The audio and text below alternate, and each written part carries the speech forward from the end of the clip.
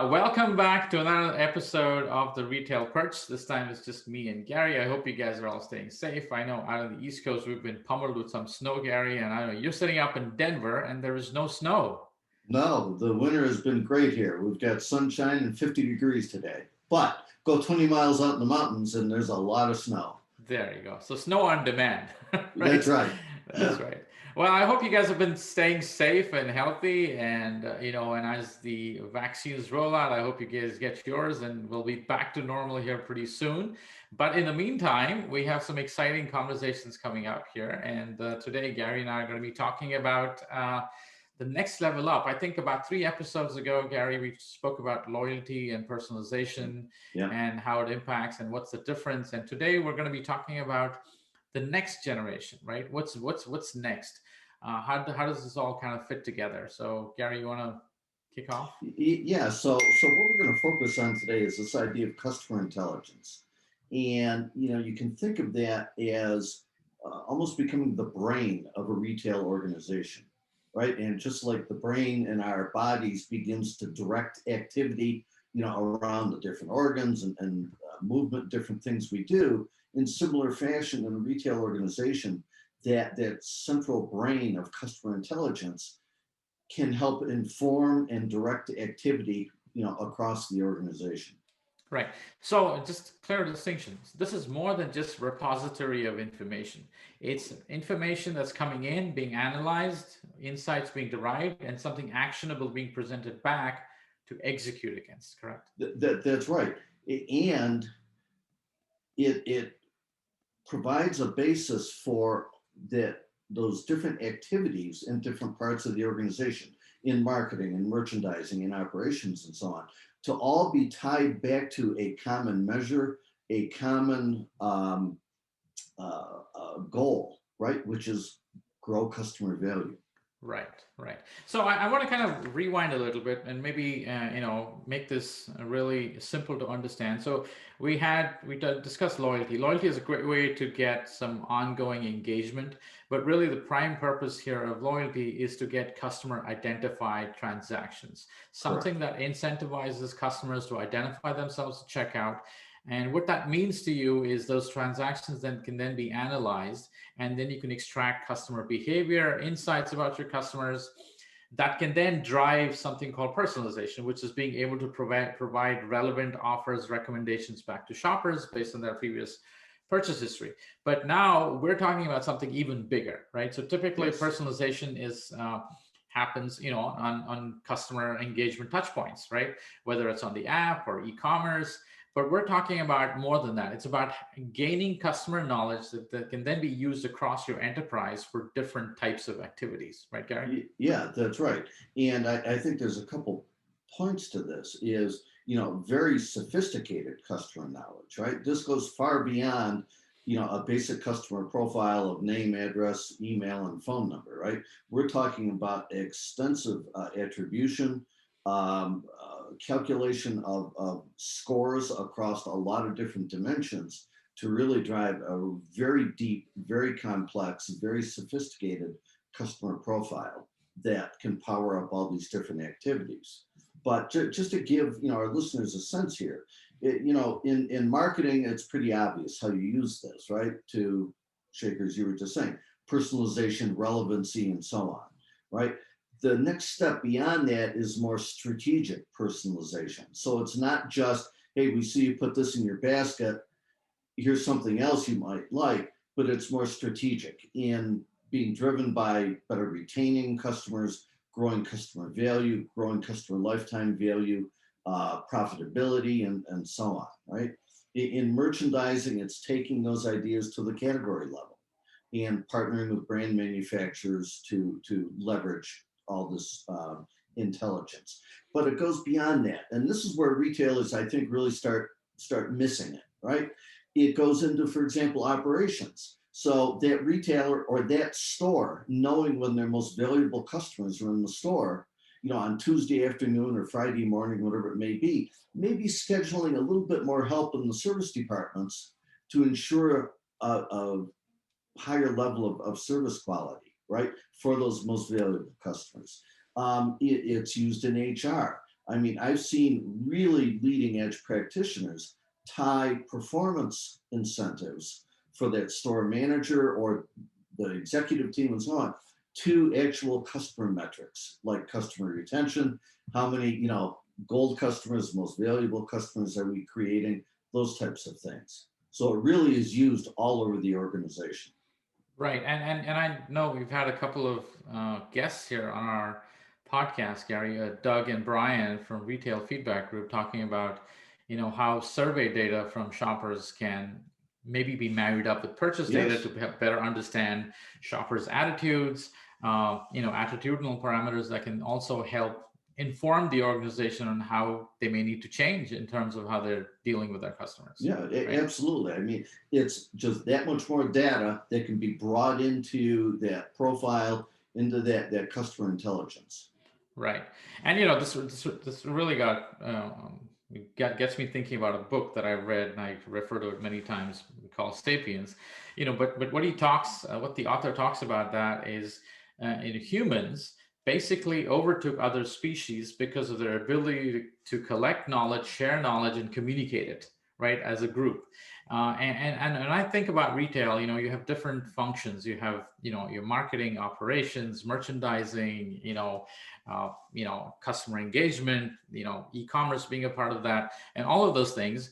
And then they're all different kind of think of them as the senses of your organization. There's information coming in, and it's not just enough to store that information. You need to be able to process that information, extract the necessary intelligence and out of that, and then take actions that can then be fed back to those individual organizations that can help best improve their own internal function.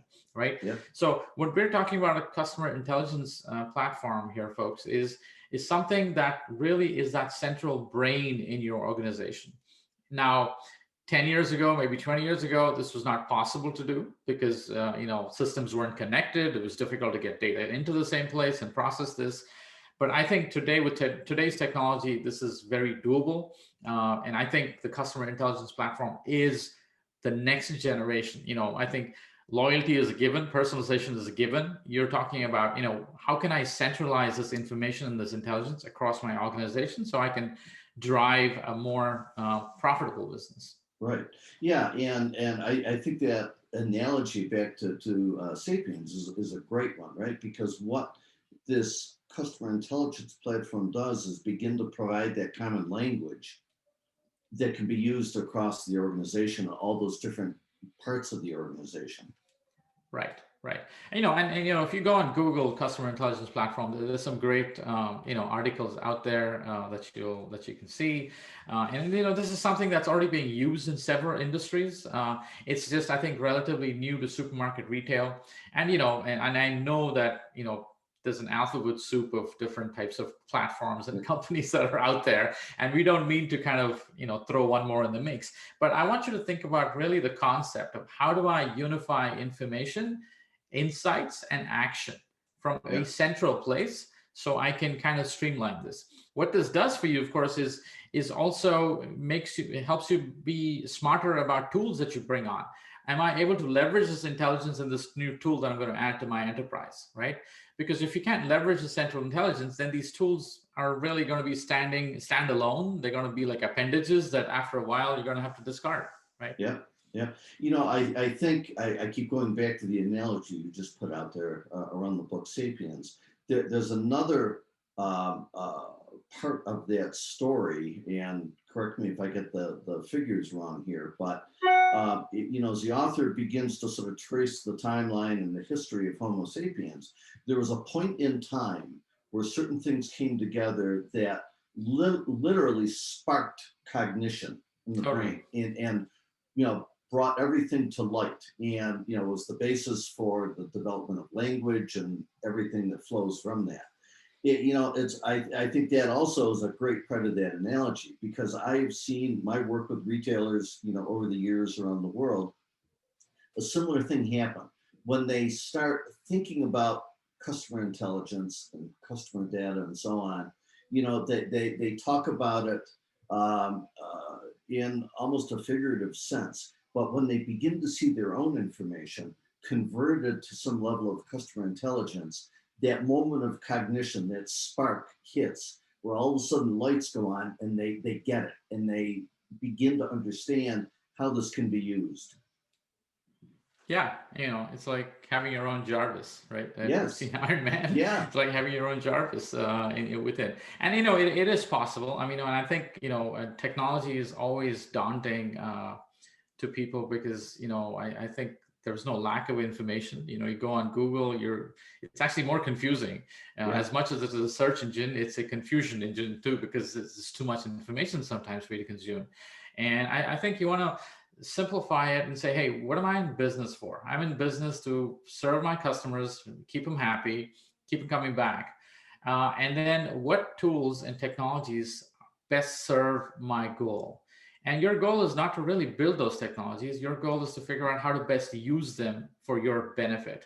And I think that's what we're talking about. I want you to think about and go look at these customer intelligence platforms. And we're happy if you want to reach out to us to tell you about how these things work. But I think the retailers who are going to adopt this technology are going to be light years ahead in the next couple of years. They're going to put a huge distance between them and the others here in the Yes. next couple of years, right? Yeah, completely agree. And I think a couple important points here. I'm hearing a growing number of retailers speaking about developing this customer first sort of philosophy, right? That created by Kroger and Dunnhumby going back almost 20 years ago now.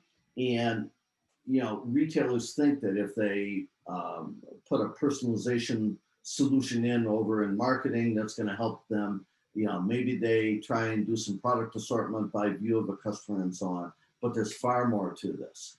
And I think retailers are really struggling today with understanding how these different pieces come together. So I think your suggestion to step back from the confusion of all these different types of solutions and really focus on, what are they in business for? What are they really trying to achieve? And then think about, putting that brain in place, that foundational platform to leverage this kind of intelligence across the company to keep all the parts of their organization aligned to that common goal, which is focusing and growing that customer. So, Gary, I guess one of the questions that can come up is, well, I've already invested in these tools, right? I mean, I've got tools, I've got investment, I've got my whole organization lined up. Again, maybe using something like Salesforce, Marketing Cloud or Adobe Cloud for doing some of your CRM and your customer segmentation stuff. How does somebody like that think about customer intelligence? I mean, what do you think their approach should be? So I think, a lot of these solutions, when you look at them, and some of them are very good, they're very powerful, very effective, right? But in a sense, they're almost point solutions, right? They're focused just on marketing, or they're focused just on merchandising, or different parts of the organization.